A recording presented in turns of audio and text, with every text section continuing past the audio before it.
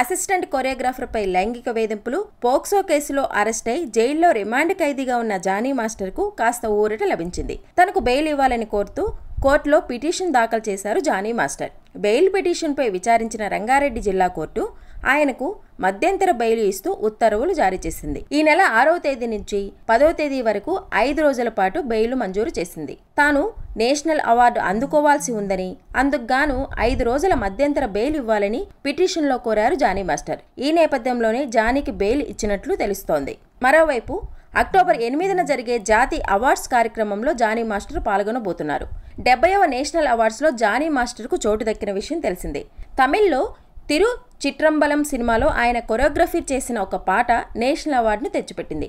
ఉత్తమ కొరియోగ్రఫీ విభాగంలో Jani master, Satish Krishnan master సంయుక్తంగా ఈ అవార్డును అందుకోనున్నారు. అసిస్టెంట్ కొరియోగ్రాఫర్పై లైంగిక వేధింపులు, పోక్సో కేసులో అరెస్ట్ అయి జైల్లో రిమాండ్ ఖైదీగా ఉన్న జానీ మాస్టర్కు కాస్త ఊరట లభించింది. తనకు బెయిల్ ఇవ్వాలని కోరుతూ కోర్టులో పిటిషన్ దాఖలు చేశారు జానీ మాస్టర్. బెయిల్ పిటిషన్పై విచారించిన రంగారెడ్డి జిల్లా కోర్టు ఆయనకు మధ్యంతర బెయిల్ ఇస్తూ ఉత్తర్వులు జారీ చేసింది. ఈ నెల 6వ తేదీ నుంచి 10వ తేదీ వరకు 5 రోజుల పాటు బెయిల్ మంజూరు చేసింది. తాను నేషనల్ అవార్డు అందుకోవాల్సి ఉందని, అందుకుగాను 5 రోజుల మధ్యంతర బెయిల్ ఇవ్వాలని పిటిషన్లో కోరారు జానీ మాస్టర్. ఈ నేపథ్యంలోనే జానీకి బెయిల్ ఇచ్చినట్లు తెలుస్తోంది. మరోవైపు అక్టోబర్ 8న జరిగే జాతీయ అవార్డ్స్ కార్యక్రమంలో జానీ మాస్టర్ పాల్గొనబోతున్నారు.